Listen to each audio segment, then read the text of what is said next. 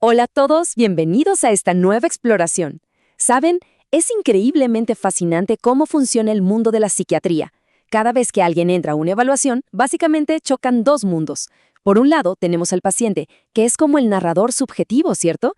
El que nos cuenta su historia más íntima. Y por el otro lado está el clínico, que se pone el sombrero de detective, buscando pistas, patrones, armando el rompecabezas de manera totalmente objetiva.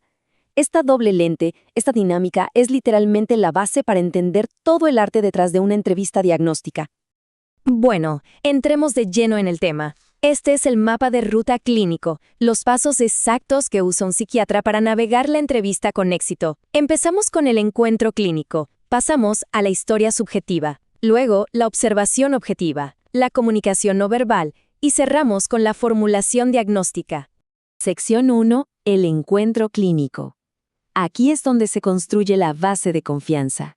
Imaginen esto. Es simplemente imposible empezar una evaluación profunda si primero no creamos un espacio súper seguro, totalmente privado y sobre todo libre de juicios. Es el requisito número 1. Sobre esta base se construye lo que llamamos empatía clínica, que es básicamente el corazón de la alianza terapéutica. Pero ojo, aquí hay un equilibrio súper delicado. El clínico tiene que entender ese dolor, sentir esa empatía, pero, y este es un gran pero, sin perder jamás esa lente fría y calculadora del detective. Es estar ahí para la persona, pero manteniendo la objetividad al 100%.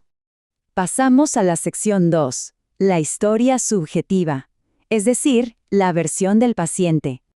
En esta etapa inicial es absolutamente vital anotar el motivo de la consulta exactamente con las mismas palabras del paciente, por más raras que suenen. Y esto ilustra brillantemente por qué es tan importante. Me estoy derritiendo como una bola de nieve. Literalmente, esa fue la queja de un señor de 64 años que llegó a urgencias. Imagínense si el psiquiatra hubiera dicho, ¿está confundido? Y lo hubiera parafraseado. Se habría perdido la pista de oro. Resultó que el paciente tenía una deshidratación gravísima causada por un error con sus medicamentos. Así que registrar esa frase rarísima, palabra por palabra, literalmente le salvó la vida. Increíble, ¿no? A partir de ese momento, el trabajo del clínico es armar una línea del tiempo, como un mapa cronológico de esa historia subjetiva, para entender cómo llegamos a la enfermedad actual. Se rastrea todo, paso a paso. Vemos que la depresión empezó hace 3 meses, luego hace 4 semanas hubo un ajuste en la medicación hasta llegar a la crisis del día de hoy en la sala de urgencias. Hacer esto permite ver cómo fluctúan los síntomas e identificar cuáles fueron los desencadenantes exactos a lo largo del tiempo. Entonces, el punto crucial de todo esto es la tensión dinámica entre estos dos mundos. De un lado tenemos la historia subjetiva, lo que el paciente relata, lleno de su perspectiva personal. Y del otro lado, tenemos la observación objetiva, lo que el médico evalúa en su examen mental. Toda buena entrevista es como un baile entre estos dos lados, conectando sin parar lo que el paciente nos cuenta con lo que estamos observando con lupa científica. Y así llegamos a la sección 3, la observación objetiva, lo que conocemos como el examen mental. Aquí es donde la psiquiatría saca su versión del estetoscopio. El examen mental es literalmente la lupa del detective.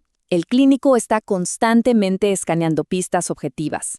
Al observar al paciente, se analiza todo sistemáticamente. Su apariencia, cómo se mueve, qué tan rápido habla, su estado de ánimo y cómo está procesando sus pensamientos. Piensen en esto. Si un paciente dice estar súper tranquilo en su historia, pero la observación revela que habla a 1000 por hora y tiene un aspecto muy descuidado, las alarmas se encienden de inmediato. Es la evidencia objetiva confirmando o, en este caso, contradiciendo la historia narrativa. Y no nos quedamos solo en la apariencia. La función cognitiva también se pone a prueba paso a paso. Primero, se checa la retención inmediata, luego la memoria reciente de, digamos, los últimos días, y por último, la memoria remota de cosas que pasaron hace años. No se deja nada al azar. Así es como logramos que una afirmación puramente subjetiva, como tengo una memoria excelente, pase a ser un dato 100% verificado, medible y científico. Pasamos a la sección 4, la comunicación no verbal, el diálogo silencioso. Más allá de todas estas pruebas estructuradas, hay un intercambio profundísimo ocurriendo en la sala que no usa palabras en lo absoluto. Y esto nos lleva a preguntarnos, ¿qué nos dice el silencio? Una pausa larga, desviar la mirada hacia el piso o un cambio de postura de repente. Todas esas son pistas gigantescas sobre el estado emocional interno del paciente. Un silencio jamás está vacío, casi siempre nos está gritando que hay resistencia, un dolor muy profundo o que la persona está procesando un conflicto interno enorme en ese preciso instante. Ahora, lo verdaderamente interesante de esta diapositiva es que la comunicación no verbal no es solo para observar al paciente, es una herramienta activa del clínico.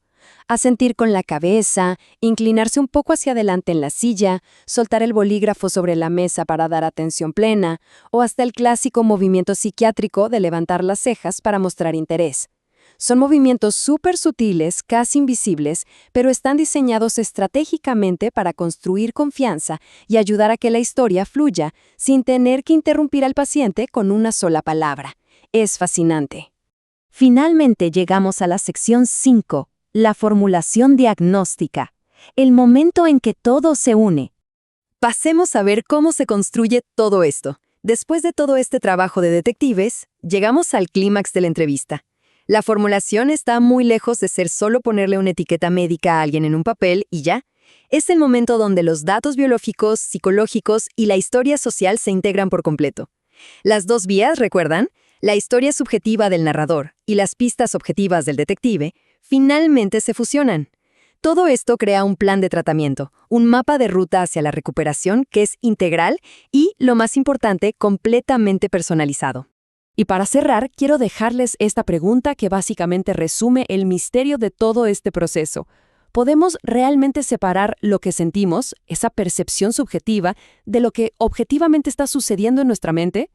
Entender la salud mental requiere dominar este arte dual, escuchar el dolor con una empatía gigante y, al mismo tiempo, buscar la evidencia con cabeza fría. Es una dualidad que nos vuela la cabeza y que nos demuestra lo compleja, maravillosa e intrincada que es verdaderamente la mente humana. Gracias por acompañarnos en esta exploración.